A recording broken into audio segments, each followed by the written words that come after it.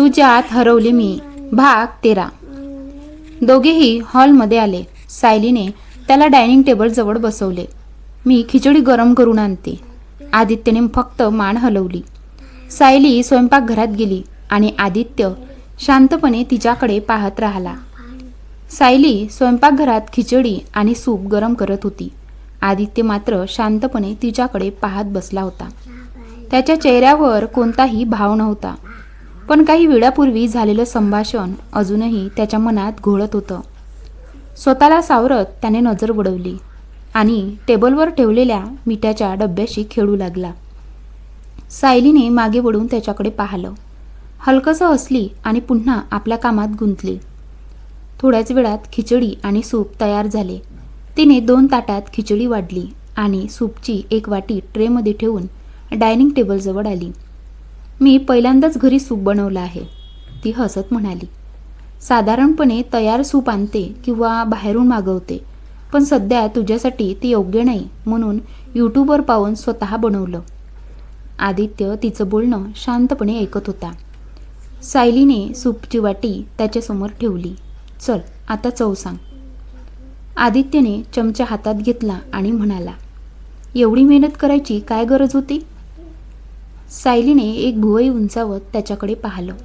ते पाहताच आदित्य लगेच म्हणाला, म्हणजे गरज होती. सूप महत्त्वाचं असतं, विशेषतः हे व्हेजिटेबल सूप. सायली हसू आवरत होती.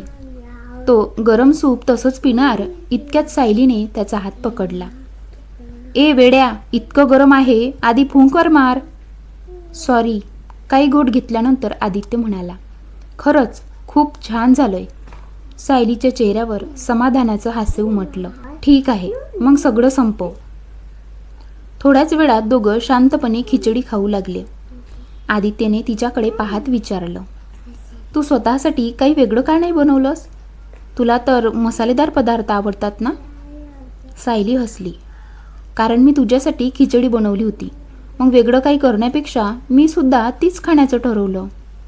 म्हणजे ही दुसरी प्लेट? हो, माझ्यासाठीच आहे. तू 2 प्लेट खिचडी खाणार आहेस असं मला वाटलं नव्हतं. आदित्य नकळत हसला. जेवण संपल्यावर सायलीने त्याची रिकामी प्लेट उचलली. अरे, मी करतो ना, आदित्य म्हणाला. सायलीने त्याला परत बसवलं. तू आजारी आहेस, सध्या आराम कर. मी ठीक आहे. हो माहिती आहे, पण तरीसुद्धा. आदित्य काही बोलला नाही. थोड्याच वेळात तो सोफ्यावर जाऊन बसला आणि TV सुरू केला. बातम्यांमध्ये पुन्हा एक खुनाची घटना दाखवली जात होती. सायली भांडी घासत घासत पुटपुटली, देवा, याला बातम्यांशिवाय दुसरं काहीच आवडत नाही का? काही वेळाने तिच्या मनात अचानक विचार आला, आपले विचार इतके वेगळे आहेत, मग ही मैत्री टिकेल का? तिने मान वळवून आदित्यकडे पाहिलं. तो अजूनही TV पूर्णपणे गुंतला होता. सायलीच्या ओठांवर खोडकर हास्य आलं. टिकेल, कारण याचा हा विचित्र छंद मी एक दिवस नक्की बदलणार. भांडी आवरून ती सोफ्यावर येऊन बसली.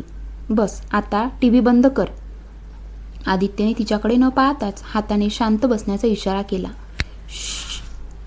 सायलीने कपाळावर हात मारला. तू बातम्या बघतोयस की गुन्हे सोडवतोयस? आदित्यने मान डोलावली. सायलीने अविश्वासाने त्याच्याकडे पाहिलं. काही वेळाने ती बाहेर आली. कविताताई अंगणात बसल्या होत्या. सायली, हरितजींना रिपोर्टबद्दल फोन करायचा आहे, विसरू नकोस.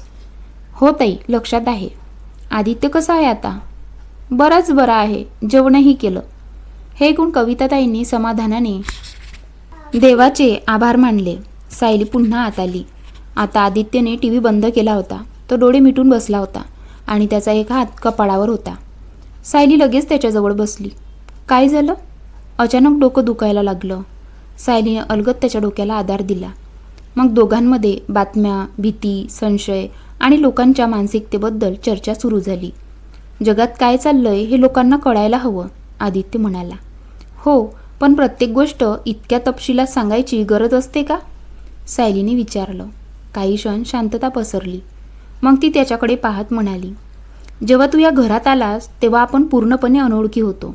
तरीही मी तुला इथे राहू दिलं, कारण प्रत्येक माणसाकडे संशयानं बघितलं तर जगणंच कठीण होईल. आदित्य शांत झाला.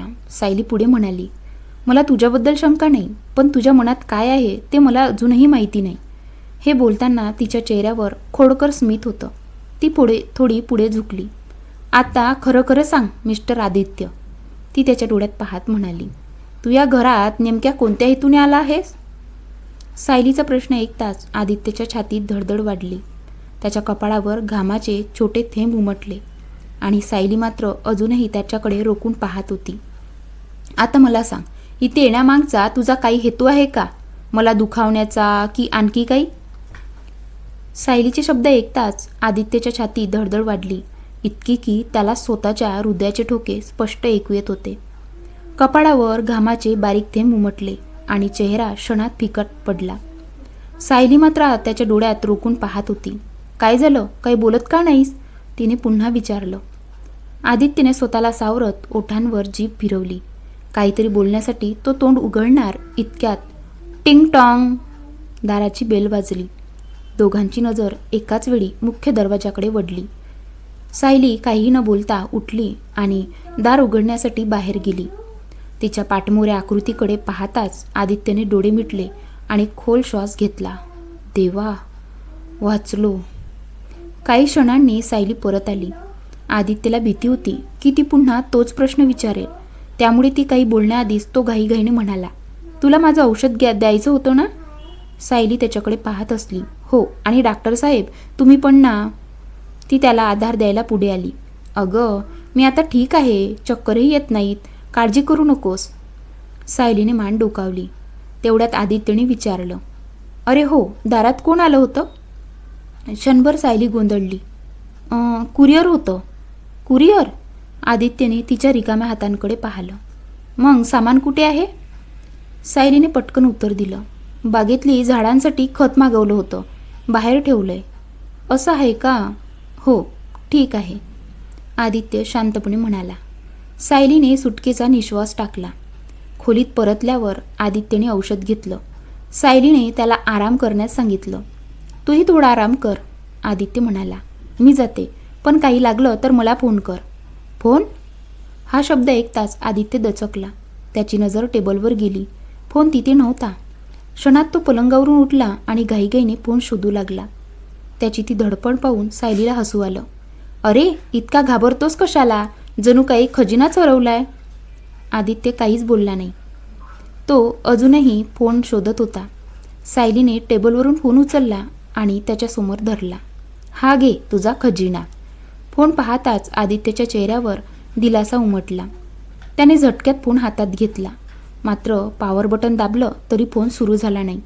सायली हसत म्हणाली, तो सुरू होणारच नाही. सकाळी अलार्म बंद करताना त्याची बॅटरी संपली. ओ, मी तुला सांगणार होते, पण मग बाकीच्या कामात विसरून गेले. आदित्यने हलकंसं स्मित केलं. ठीक आहे. त्याने फोन चार्जिंगला लावला. सायली निघून गेल्यानंतर काही वेळाने तिने बाहेरून आणलेले मोठे बॉक्स घरात आणले. त्यांच्यासोबतच पिवळ्या गुलाबांचा सुंदर गुच्छही होता. त्या गुच्छांकडे पाहत ती मंद हसली. आज मैत्रीची खरी सुरुवात होणार आहे. संध्याकाळी 6 वाजता सायलीने आदित्यच्या खोलीचा दरवाजा ठोठावला. आत ये. आदित्यचा आवाज ऐकून ती आत आली. तो पलंगावर बसून फोन पाहत होता. अरे वा, जागा आहेस? हो, आणि तू? मला वाटलं होतं तू बाहेरच आहेस. सायली हसली. मी तुझ्यासाठी कॉफी बनवली आहे. इथेच आण ना. नाही, बाहेर ये. तिने त्याचा हात धरून त्याला उठवलं. आदित्यने तिच्याकडे संशयाने पाहिलं. तू एवढी का हसते आहेस? मी नेहमीच अशीच हसते. खरंच? हो. सायलीने निरागस चेहरा केला. दोघे बाहेर आले. पण हॉलमध्ये पोहोचताच आदित्यचे पाय जागीच थबकले. त्याच्यासमोर संपूर्ण सजावट उभी होती. रंगीबिरंगी फुगे, सुंदर रोषणाई आणि भिंतीवर अक्षरांनी तयार केलेला संदेश. Will you be my friend? Aditya आश्चर्याने ते सर्व पाहत राहिला. तेवढ्यात मागून सायलीचा आवाज आला. आदित्य? तो वळला. सायलीच्या हातात पिवळ्या गुलाबांचा गुच्छ होता. ती हलकेच हसत होती. हे सगळं काय आहे? आदित्यने विचारलं. सायली काही क्षण शांत राहिली. मग हळूहळू पुढे आली. मला तुझी माफी मागायची आहे आदित्य. तिचा आवाज भावूक झाला. तू माझ्याशी जे काही बोललास त्यासाठी मी तुला माफ केलं आहे, आणि मी सुद्धा माझ्या भूतकाळामुळे तुझ्याशी चुकीचं वागले. तिच्या डोळ्यात पाणी दाटलं, पण तिने लगेच स्वतःला सावरलं. आजपर्यंत जे काही झालं ते विसरूया. ती हसली. आणि नव्याने सुरुवात करूया. असं म्हणत तिने उजवा हात पुढे केला. मिस्टर आदित्य, माझ्याशी मैत्री करशील? आदित्य काही क्षण तिच्याकडे पाहत राहिला. मग त्याच्या चेहऱ्यावरही हसू उमटलं. त्याने तिचा हात हातात घेतला. नक्कीच मित्र. दोघांच्या चेहऱ्यावर आनंद खुलला. त्या क्षणी त्यांच्या नात्यातील सर्व गैरसमज, कटुता आणि अंतर विरघळून गेलं होतं. एका सुंदर मैत्रीची सुरुवात झाली होती. आदित्य कोणत्या कारणामुळे भाडेकरू म्हणून सायलीच्या घरी आलेला आहे आणि तसेच सायलीचं भूतकाळ काय असेल ते जाणून घेण्यासाठी पाहत राहा तुझ्यात हरवले मी. आणि आजचा पार्ट कसा वाटला ते पण कमेंट करून नक्की सांगा. आणि आपल्या चॅनलला सबस्क्राईब केलं नसेल तर आपल्या चॅनलला नक्की सबस्क्राईब करा. धन्यवाद.